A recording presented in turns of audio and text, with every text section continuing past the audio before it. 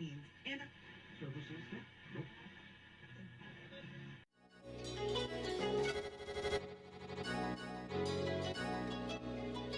let's go. He wants to jump 1,000 cars. Sir, you have 1,000 cars. I don't think I'd attempt to try this stunt. Or we owe this horsepower to Uncle Sam. Too many cars. Car. Roses would be... Like I put my beer belly on it. If you can't immediately tell somebody how many cars you have. You'll really give those uppity yuppies something to think about. Stay on the bar. Don't go off the bar with your Bronco. 1980 Volvo horns, what's right? Yeah. I want to have a man's coolant. And he's like, oh, I thought it'd be small. It's for a small car. And I'm like, yeah, but it's still an automatic transmission. They're never going to be light. It's definitely going to have to crash. Starting off with Brad buying another car. That's the West. Internet. You know, is this a Nigerian oil print? I also wish you drove a tan Camry. Anyways, Anyway, that's a horrible, very horrible podcast content. very Talking about a picture. inside joke. It loves to be driven hard.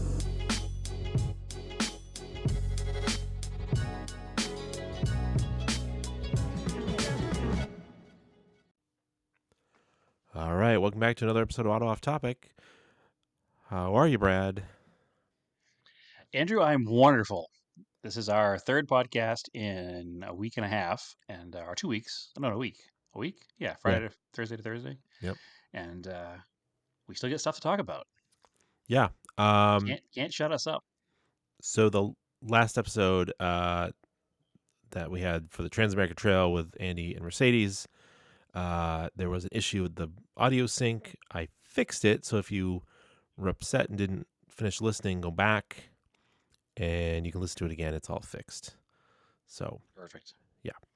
Sorry about Perfect. that. We were trying to do 3 people, and then it's probably my dog's fault because I think that she unplugged the plug to my computer on my power strip, and I did not notice it because she was laying under the desk, and then she got startled by something and ran. And I think when she did that, she unplugged it. And I think that because my computer died partway through that, and I think that screwed up the system. So blame me, don't blame the dog. But yeah, probably my fault. So also, I have 2 corrections from the previous episode. I was still pretty angry about the NASCAR results. Yep. And I threw out my wild conspiracy theory about the Hendrick teams. Yes. It turns out that the 24 car was in second place when his tire blew, so probably not something that was done intentionally. So I just wanted to be angry and wanted to start a conspiracy theory, I guess. So still sketchy, but a little bit less knowing that he was in second place. He probably would not have on purpose caused a yellow flag from second place. If anything, they would have had the 5 car do it from 4th or 5th place and have the 24 car get the possibility to win. Maybe not. Maybe there is still a giant conspiracy theory and I shouldn't be discrediting it, but that's where I'm at. And the second thing is I do not think that the Starion has clear coat. I discussed that in the podcast. I think that it's a non-clear coated car, and my father called me out on that, and I checked, and he is correct. There is no clear coat. The car has just been very well cared for, so it probably still has a pretty thick coat of wax on it, or something that makes it not typical old white non-clear coated paint and not chalky. So it's not clear coated. He personally corrected me on that because he walked. I corrected you as well.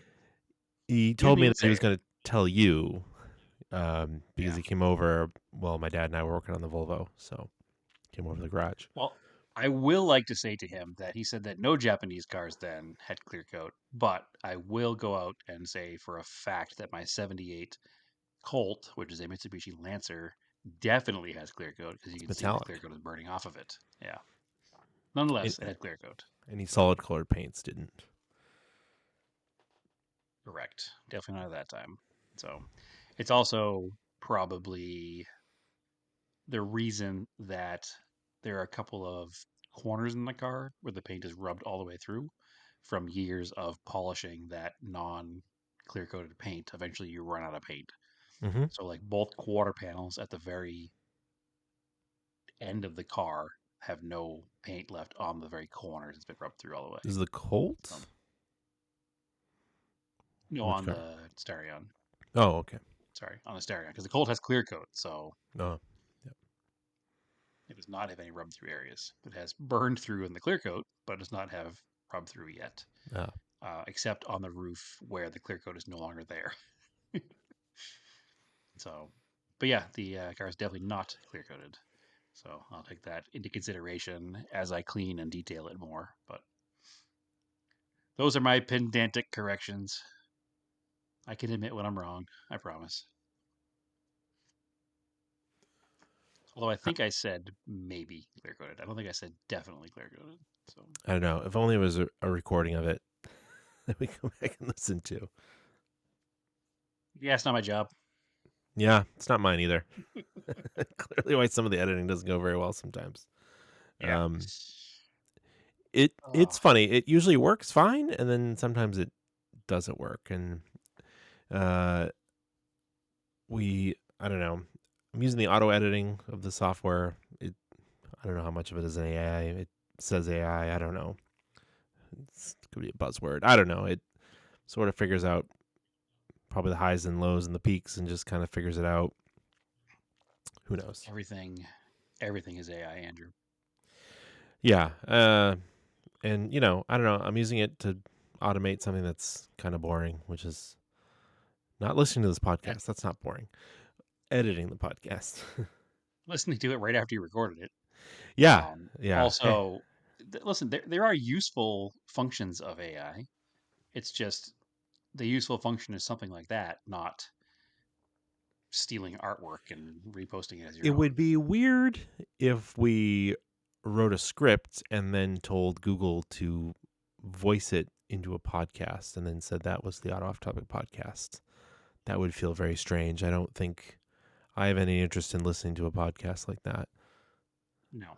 Nor do I have any interest in watching the completely AI generated movie with AI generated actors. So, No. Anyway, I don't want to talk about AI. Let's see. What have we got? There's a little bit of car news that leaked out kind of strangely. I think about the Mitsubishi engineers still want to bring back the Evo. okay. Did you see that? Do the people with the paycheck with the control of the cash flow want to put out an Evo? Because that's the important part. Yeah. Mitsubishi engineers expressing their desire to bring back the Lancer Evolution, suggesting that the company hasn't entirely abandoned the notion. So yeah, of course. They don't make a Lancer, so I don't know how they make a Lancer Evolution. Yeah, It's what's gonna it? evolve from nothing. Well, it'll just be. I think towards the end of the line, it was just the Evolution. That'll probably just be the name for it. But what is it going to be? Is it going to be a crossover? Yeah. Jinx. Hybrid crossover or a full electric crossover. Yeah, because who's buying sedans? I will hold my excitement until something comes out that I care about. That being said, they have made Evo SUVs in the past that I am obsessed with. So it's not impossible to do that. They made the Pajero Evo, which is an amazing vehicle based on an SUV. So it's not entirely a lost cause until it is a lost cause. But let's not forget they made a Rally Art version of the Galant and a Rally Art version of the um, Lancer that were nothing more than Rally Art badges and some different wheels, right? So I don't think there's much hope, but I will certainly go into it with an open mind until they close my mind off by making something dumb.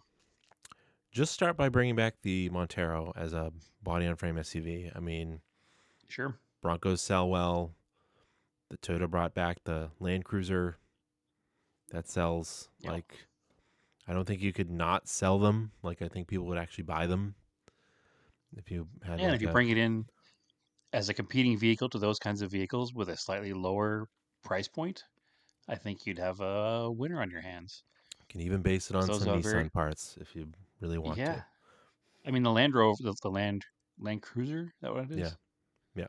It's like $75,000. Yeah. So it's incredibly expensive. The Broncos are no longer affordable. When they first came out, you could get a base model 2-door manual transmission steel wheeled one for like 29 or 30 grand. but I think that's also long gone.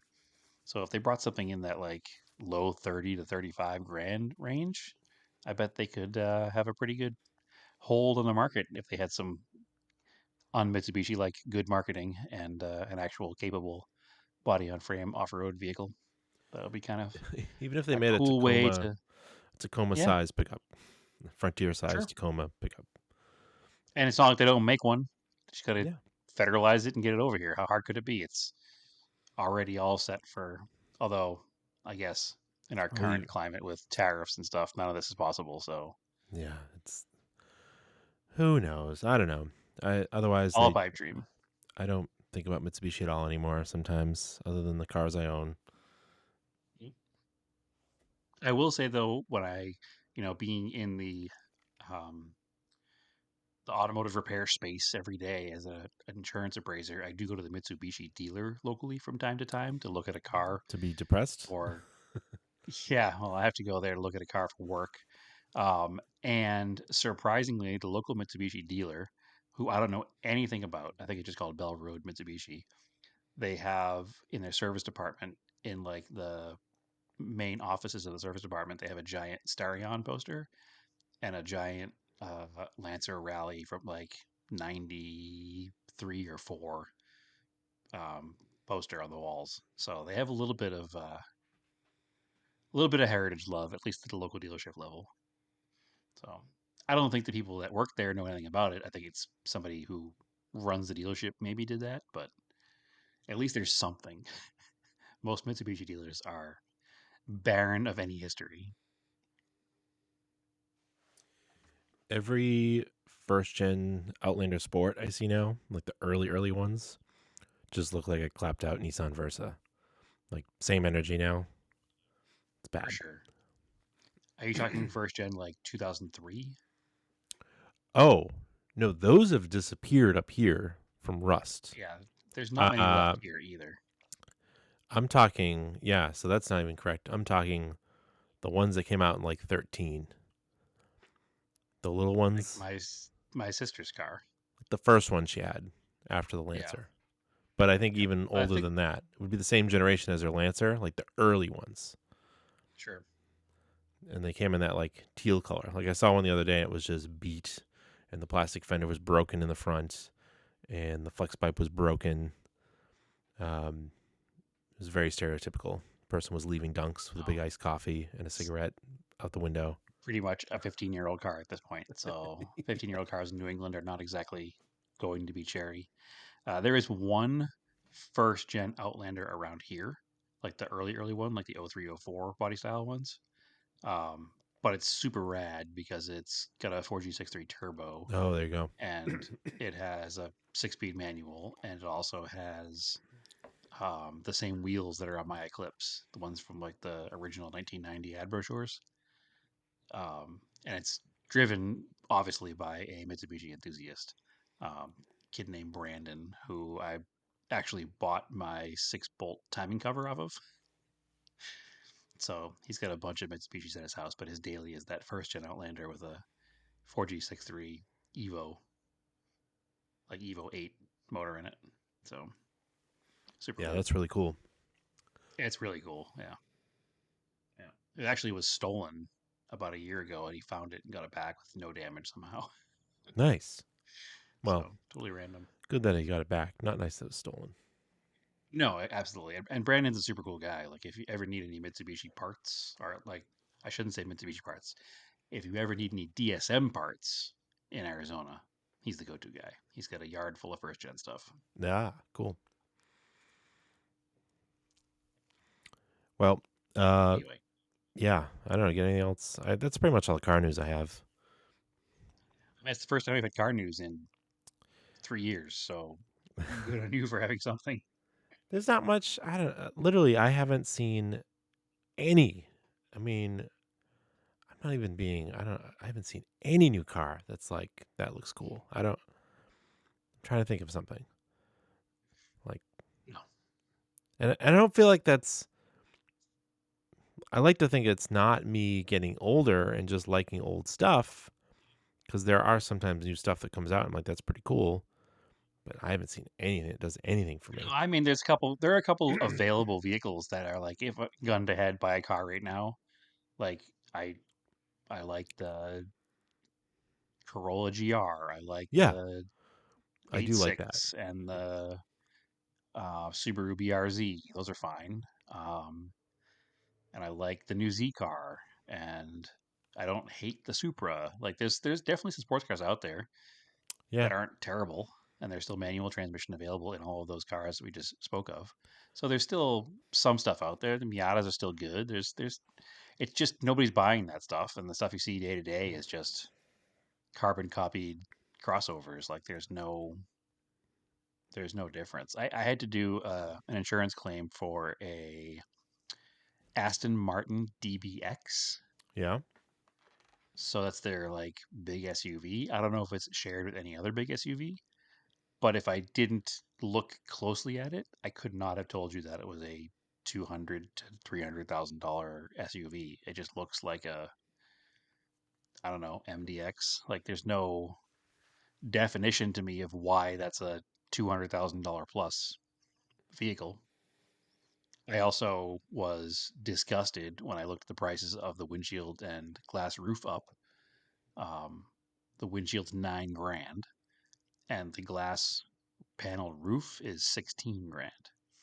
So if you own one, don't ever drive it ever because insane. Like if you have a daily vehicle, a rock chip in your windshield is inevitable. And for it to be a $9,000 repair, like that's an absurd thought process. Windshield should be like, you know, $400, $500 tops. Yeah. And they are for most cars. Yeah, what's this thing, It's man? What does it nine. have? What does it have, like gold inlaid into it, like a astronaut like As face far as I shield or can tell, something? there's nothing special about it. It's just the fact that there are no aftermarket options because not enough of these vehicles exist Yeah, for an exactly. aftermarket company to make something, and Aston can charge whatever they want because it's the only option available. So it's Weird. like the entire windshield claim in his car is like, windshield and glass roof. It's almost $30,000 to fix it. Like it shouldn't cost the price of a Corolla to replace your chipped glass. Like it's kind of an absurd thought. It's not the most expensive glass I've ever dealt with. We dealt with a Bugatti Veyron glass, and that was like just shy of $50,000, like 50. So Nope. insane. No, thank you. No, I mean, and again, there's no reason for like these cars to even exist. It used to be that a supercar was like 100, maybe 150 on the high side, Mm-hmm. even up to like Ferrari F50 days. They would be 2 to 2.5 times more expensive than a normal sports car. Whereas now a normal sports car is 70 for like a Supra or something, right? And then your supercars are millions. Like it just doesn't make any sense to me. I don't understand, but I guess that's not for us. So I had to write I don't know if I talked about it here or not. I did a estimate on a 2021 McLaren 765 LT full exposed carbon fiber. Just the door alone was $75,000. Like this is a $200,000 repair. Mm-hmm. I mean, it makes sense for Like the car. it does, but it doesn't. A door shouldn't be $75,000. Like if you look on the internet, you can see the car I'm talking about. It's a Yeah. widely public viewed video of this kid getting hit in his McLaren. But I happened to Interesting. catch the assignment to write the estimate. So, but because the McLaren dealer is in my territory, so I got stuck with that one, which means that my severities this quarter are off the charts because of one car. I look like an outlier in the whole company right now. Yeah, it shouldn't cut against you. 'Cause No, somebody's got an no, insane car. I wrote 10 Camrys today and a McLaren. yeah, yeah. I wrote 10 Camrys that cost the price of 1/8 of the McLaren repair. I mean, not that it matters much because you just write the cars as they're damaged, and it is what it is. It's not going to get in trouble for it. But when you do look at the averages for the year, and my average cost of repair is $3,200 normally. All of a sudden, it's like Yeah. completely skewed by one $200,000 repair. You can have a little asterisk there. Yeah, should. That's performance enhancing time. But anyway, enough whining about cars that are way too expensive and shouldn't exist, and there shouldn't be enough people to purchase said vehicles. Um, what have you been working on, Andrew? My dad and I have been just slowly moving on the Volvo, just doing some of the wiring, but we got a lot of the big wires done. I think I talked about mounting the fuse relay panel. Set up the harness for that. Set up a little positive stud to go under the hood that we're gonna use like a junction point, and a circuit breaker as a junction point. So basically, the original car, the battery goes down to the starter, and then the car and the alternator junction at the starter, which is a bit much. So we just moved that up the firewall, basically on the inner fender. We're going to junction that stuff not on the starter. And then built a little jumper wire to go down to the starter and bring that power up from the battery cable. And then we're going to trigger the starter relay with the starter solenoid with a relay. So just going to kind of protect stuff with the relays. Like I said before, the car's not stock, so we'll just make the wiring work better for the 21st century here. Yeah, you might as well. You're not building a concourse restoration. There's no reason to. No. So it's almost, we have like now smaller wiring to do. So yeah, we're getting there. It's very slowly. Maybe, I don't know. Maybe by Christmas. No, I think we'll have it started sooner than that. At least started running in the garage. I don't think it's getting driven around. But unless like your dad was asking me this the other night when he stopped by the garage. I said, well, if there's no salt in the road, yeah, I'd take it for a ride around. It's all registered Yeah, why not? and insured. But, it's getting there. Just baby steps and just when we have time. So, yeah. Based on what I'm seeing on the internet, you're one of the only areas that does get snow and salt that hasn't seen snow and salt yet. So, congratulations to that. It's early. It's early in the season. It got cold, but it's just been rain. So, that's fine. They're making snow up north. I'm getting ready to go skiing. But other than that, it's been pretty quiet. Which is a good thing. Yeah. So that's really all I've done other than I did all the fluid changes on Stephanie's car. I changed the oil, changed the transmission oil, gear oil, changed the diff gear oil. So I think it shifts a little better. It was a little dark, the transmission gear oil. There's some metal on the magnet plug, but nothing too crazy. Same with the diff. But so that car is good for a while. Now with new wheel bearings and fresh fluids, is it quieter too? It is. It's definitely quieter. I want to replace the snow tires with new snow tires because I was like, oh, they're like, I say to Stephanie, I'm like, oh, we put them on in 2017. They're like 5 years old. And she's like, that's not 5 years ago. So that's 9 years ago. Oh, yeah, you're right. So yeah, those are 9-year-old tires. They're not really at the wear bars, but we'll just get some new ones. It's time for new ones. Again, like we've talked about a lot, tires in New England don't age like tires in Phoenix, Arizona, but they do reach a point where they're not as effective as they used to be. Yeah, let's just put new ones on. It's like, they're not, I'm kind of adjusted to the price now of tires. They're not that much more than they were. Yeah, tires haven't had a huge impact on like batteries are double what they used to be, but tires seem to be, as long as you're not going anything too exotic, you can still get a set of tires around $600, I'd say. Yeah, I like the Vertesteins on my Volkswagen, so I was going to get her a set of those. And they're kind of more of a mild winter tire now. They're not like extreme setup for ice and stuff. Because really, the winters here are mostly just warm rain or freezing rain, cold rain. It's not like you just need a good tire for driving in the rain. We have like a rainy season. A good cold weather rainy season tire. Yeah. So with occasionally, maybe you drive in a little bit of snow. But the thing is, like, with the way her and I can work from home, and then schools are closed when it snows, it's like we don't actually have to go anywhere. So Yeah, rarely are you actually out of your house during a snow day. exactly, like I don't have to get to work in a snowstorm, luckily anymore. So yeah, and then your amount of your snow driving will be done in the Volkswagen to go skiing or to go up to New Hampshire or whatever, and you'll have snow tires on that. So it'll be yeah, fun. and I just know how to drive in the snow, so it's like not a big deal for me. Yeah, for many, many years, we could not afford a second set of tires. So we just rocked our all year tires all year. Yeah. So Is what yeah, it is. what have you been working on for your project cars? A lot, a little, not a lot to talk about, I guess, but a lot of things have happened.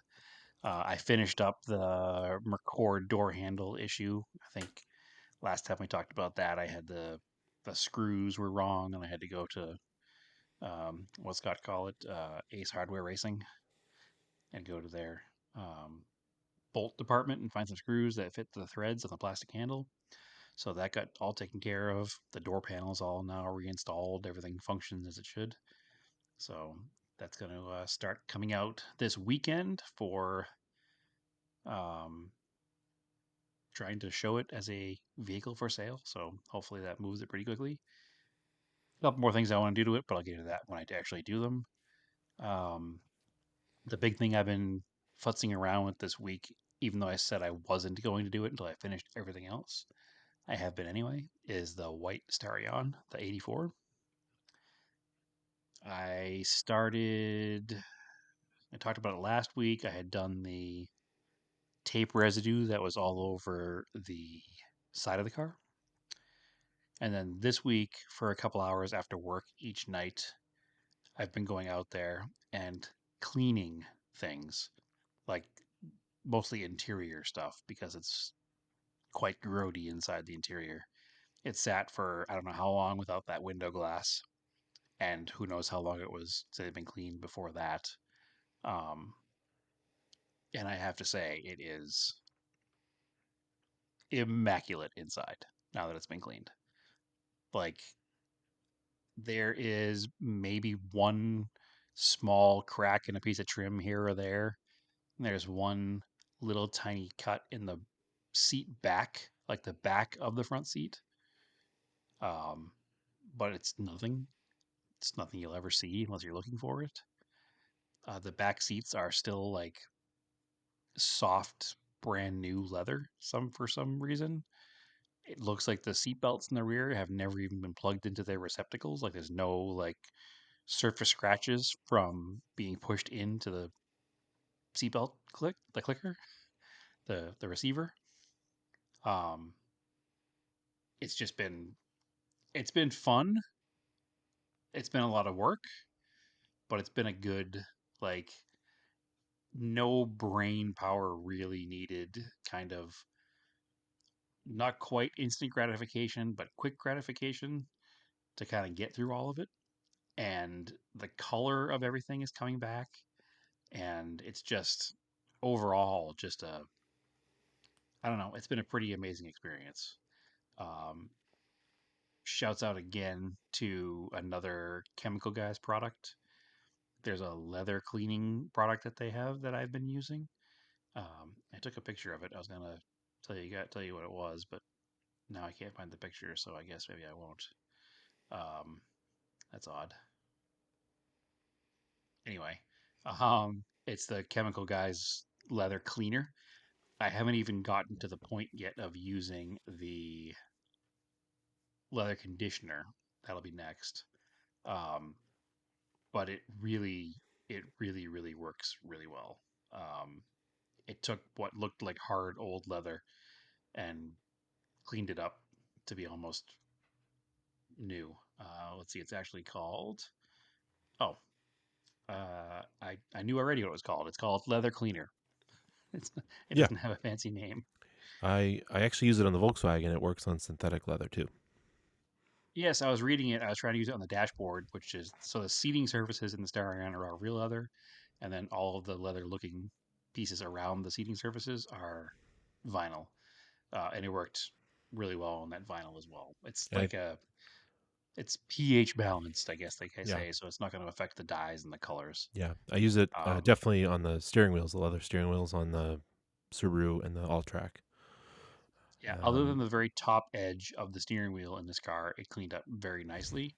The problem with the top edge of the steering wheel is that it's missing leather. So yeah, there's nothing I can do about that. That's a combination of and maybe the guy wore a ring or yeah, I know he smoked. So yeah, and the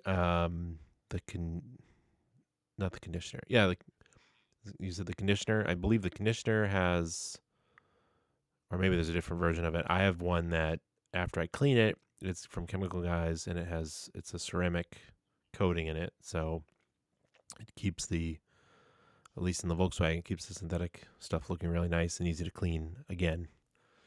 Like it makes it like just stuff wipe off. So the bottle looks the same as the cleaner. It just says conditioner on it, I think. I haven't looked too deep into it.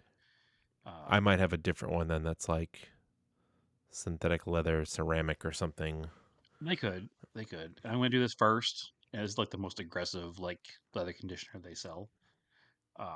And see how that works. And then if I can get it to a point where I can put some kind of coating over the top to save that, I'll do that afterwards. But unfortunately, the previous owner of the car was a smoker. The cigarette ashtray was filled like to the brim with ashes. Yum. So yeah, a lot of the dirt in the car seems to be like tar. And using Mm. a microfiber and that leather cleaner, I was able to get Mm. all the little black spots off of everything. Mm. Um, it looks stunning inside the car. I'm almost thankful that the passenger side window is broken out of it because it probably made all of the cigarette smell go away over time. So it does not Until you smell turn like on the cigarettes in heat. there at all. Yeah, that's probably true, but we'll see. And you get some Friggy Fresh. Put it down the Yep, air some vents. Frigifresh and ozone cleaner, Yeah. but hopefully it doesn't need too much. It's kind of sitting for a long time. So the interior now is like spotless. Like I have it super clean. It looks super nice. It literally looks brand new. Without, I'm not trying to be like hyperbolic about this. Like the car looks amazing inside. It belies its cost and story beyond what it should. So that being said, that's been the past I think 3 nights I took doing that because it was so dirty that each seat took a long time, like an hour or two per seating surface because there's just so much grime and grossness on top of everything. The car was clearly cared for its whole life. Like you can tell just the way certain things are, but I think at some point things just get dingy when they're daily driven and when somebody smokes inside of it. So actually, I don't know that it was truly daily driven, but it was obviously driven with some regularity. It has 93,000 miles on it, so not a ton, but it looks really good. And the carpet looks perfect. The biggest issue of all is the rear hatch has the like cargo cover, which is carpeted, and that has been baking in the sun for so long that you can't vacuum it because it just vacuums up all of the carpeting. It's almost like a flocking over the material, and that is pretty trashed. So I'll have to figure out something to make that better in the future. But for now, I'm just going to run it as is. I used compressed air to blow the leaves and rodent left behind that was on it because there were some rodents in the vehicle at one point. Thankfully, I haven't found any evidence of chewing, but they did store like pieces of nuts and stuff inside the car, so that's all gone. Um, and then the big news with the car is I put a battery in it, and it did nothing, and I was a little panicked. checked the battery. Battery had 12.4 volts, so it should have been enough to make the car come on. At least cycle through all the lights to make sure everything worked. But it just did nothing. So that was a bit of a setback. Spent a little time kind of digging through all of the harnesses, digging through all the fuses. It turns out there's a broken connector. So off of the positive cable on the battery, there's a wire that goes down underneath like the fender well area. And I assume it has something to do with the ignition. I haven't actually looked and seen what it is, but there's a broken connector on it and the connector had come apart. So I pushed that back together and everything came to life. So it was not a big deal. It was one minor little setback, which took a little bit to figure it out. So I'll have to figure out exactly what that connector is for. Like I said, I think it has something to do with the ignition switch because when you plug the battery in, it did absolutely nothing until you plug this little connector back in. So I purchased on Amazon a little while back a big container of early Japanese style connectors, 1, 2, 3, 4, 5 blade connectors, and they match pretty closely to what's in all the old Mitsubishis. So I'll be able to just swap one of those connectors on there, and it'll look factory, and I won't worry about it anymore. So once I get that all straightened out, everything works. Like works. Everything works. Headlights go up and down. Headlights turn on and off. Marker lights work. Fog lights. Well, one of the two fog lights works, so I assume the other one's just burnt out. Has tail lights. It has interior lights. The windows go up and down. Well, one window goes up and down. The other one, I hear the regulator moving, but there's no glass. The mirrors work. The door chime works. It plays that same rendition of How Dry I Am that my other 84 played with the door open and no key in the ignition. And then I power the radio on, and you hear the antenna motor turn on. At some point, the antenna was broken off the car, so it doesn't actually come up, but the motor works. So if I find a replacement antenna, that can just go right in there, and that'll work still. All the speakers work. They're not scratchy. There's no rattling. They sound like a typical higher end car in the 80s, which is to say acceptable. It's not going to win any bass competitions, but it's acceptable. The only thing out of everything that I tried that did not work was the turn signals. So they didn't do anything. They made no noises or anything. It's probably The the switch four-way works. switch. The switch engages. What's that? Did you try the four-way switch? That's usually on a Mitsubishi. It goes bad. Like the flasher itself? The four-way, yeah, for the hazards. The hazard switch. Yeah. Everything runs through that, and that's pretty typical. Remember? So that's newer Mitsubishi. Nope. Would be the older ones too. Everything runs through it. So check that. I'll have to look because I think it's different in the earlier cars because I've had a similar issue with the Colt and it was not through the hazard switch. That's all right. I'll figure it out. But one step at a time. Everything works but the turn signals. That's a pretty good start. So I turned the blower motor on. The blower motor works. Like everything, literally everything works. I did check all the fluids. I made sure the motor was free, and I gave it a little crank as well with the battery to see if it would turn over. There's obviously no fuel in the tank because it has two giant holes in it. But the car did crank over, so that's a positive. Again, everything worked. The gauge lights all came on. The digital readout came on and showed 0.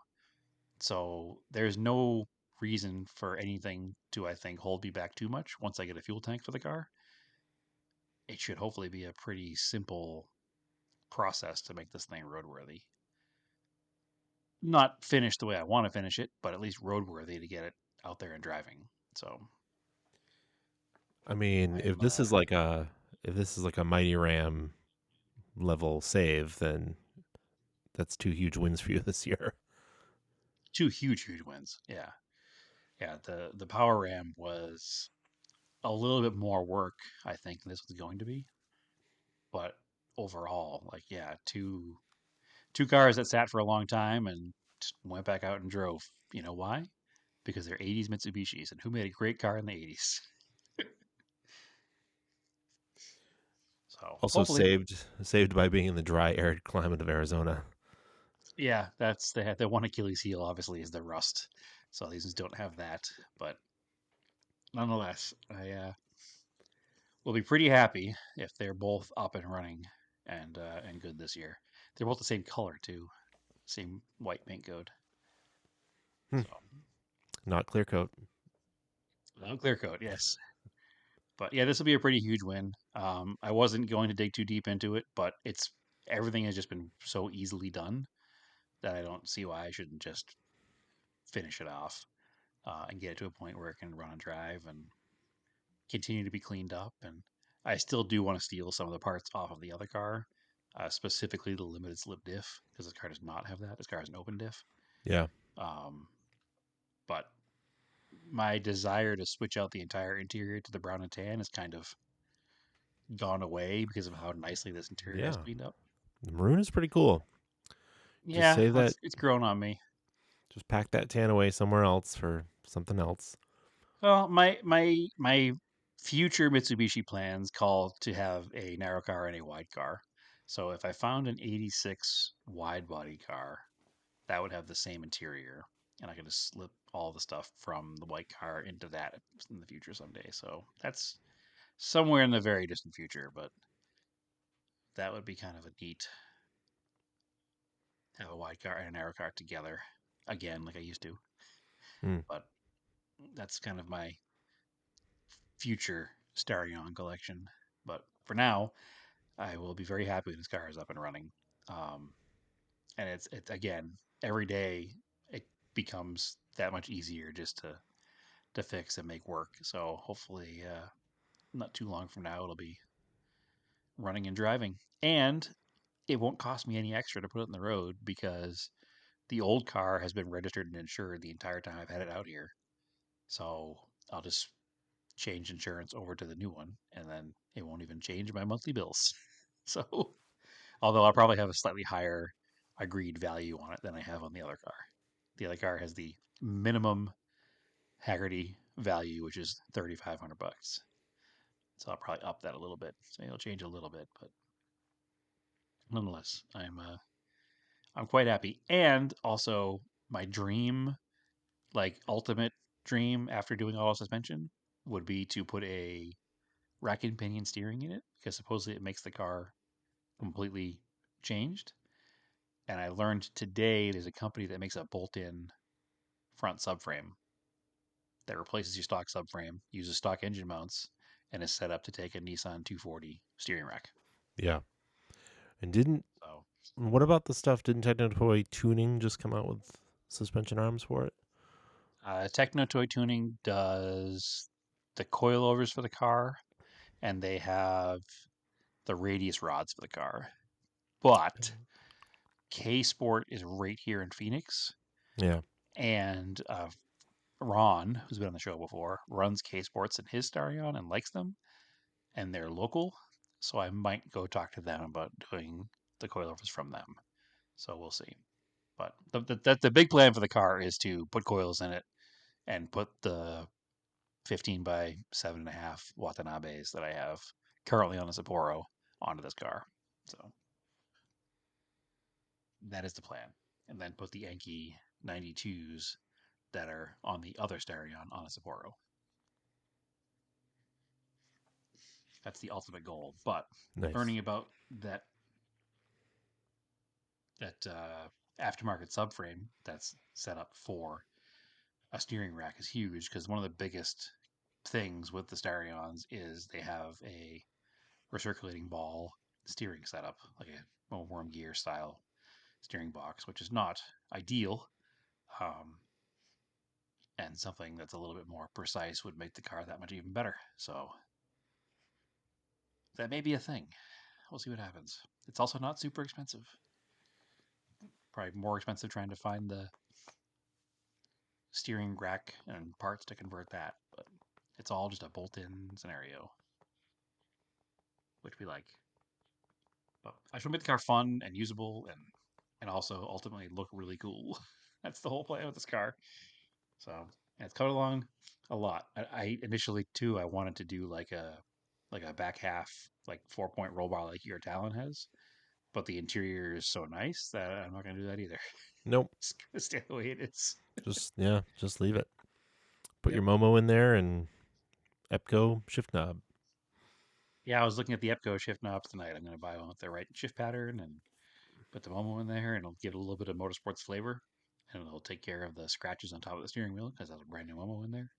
So, but yeah, it's coming right along. Other than not having a gas tank, I think I might at least have started it by next recording. We shall see. I took some videos of everything functioning with power tonight while I was out there, and Naomi took some videos like the headlights turning off and on while I was in the car. So I'll post some of that stuff up to the Instagram page by the time this is, oh, maybe right after this goes live, but shortly after, if not before, I'll post that stuff up so you can see what's going on with the car. But pretty excited. I'm glad this thing worked out the way it did. Do I wish I found it 2 years prior when I first heard of its existence? Kind of do, but life got in the way and it was not officially for sale, and I was not exactly 100% sure on where it was. So the fact that it popped up for sale and I got it when I did, and I made it happen the way I made it happen makes me very happy. So, 'cause I don't think that anybody else would have gone into it like I have after paying, $2,000 for it. They probably would have either made a Lemons car out of it or taken it apart. Who knows? But I'm glad that I got it for a deal and I'm able to save it and hopefully make an enjoyable car out of it.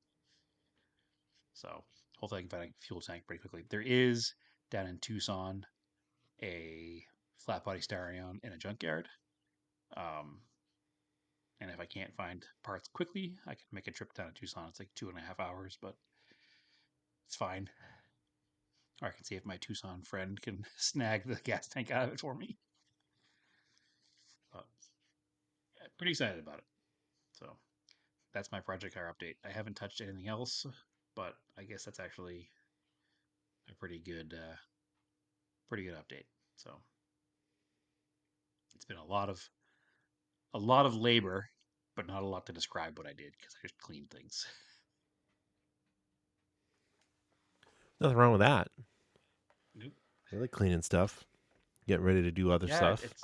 it's cathartic, man. Especially when things clean up as nicely as it's cleaning up. It's just it's a calming, like it's super fun, super rewarding way to do it, and I can't wait for people to see the pictures. Yeah, it's a lot easier working on the Volvo when it's not all grubby. So Yep. that's why I like doing it. Well, yeah, that brings the end of this week's episode. Mostly just project car updates, a little bit of chat, a little check in. So that's what it is, man. Save RC stuff for next week. Yeah, because I could go on and on and on about that in another 45 minutes. So we'll do an RC focused episode, and then people can choose to listen to it or not. Andrew ruined me, and I have started down the path of an RC drift car as well. So yeah, it's really fun. It combines the scaleness of models, but then there's a dynamic element that they actually run and you can interact with them. So yeah, that's what I like about it. yep, it's definitely appealing to me as well. So, all right. So, yeah, come hang out in the Discord. Brad's posting videos of fixing up the Starion. There's other fun stuff in there. Yeah, just send us a message if you want to join. Go listen to the other episode with Mercedes and Andy if you didn't. I promise it's a lot better. And again, sorry about that, but it's up. Go take a listen to it. And yeah, if also we haven't asked in a while, if you're on, these podcast apps, just leave us 5 stars. That helps us out. We'll get some more listeners to get those numbers up, right? So Absolutely. yeah, we're on Instagram, Auto Off Topic. That's probably the best place to find us. Mostly hang out there, Racing Anger on Instagram. Scale Autocast. I'm putting up some of this RC stuff up there. If you want to check it out. And Brad, where can they find you? They can find me on Instagram at TSISS350. And Andrew said the best place to find us is on the Instagram, but that is false. The best place to find us is on Discord. So come join the Yeah. Discord. Yeah. But So we do post some nice pictures to Instagram. So yeah, if you don't want to get so involved, just follow Instagram. But I feel like if you're listening and you have Instagram, you already know that. So follow us there. yeah. I did take a few people's requests to get some Arizona Rising Sun Rally posters sent out to them. I am on it, I promise. And I'm just getting some shipping tubes to ship those. So they'll go out hopefully this week. All right, cool. So, as always, keep your guys analog and aim for the roses.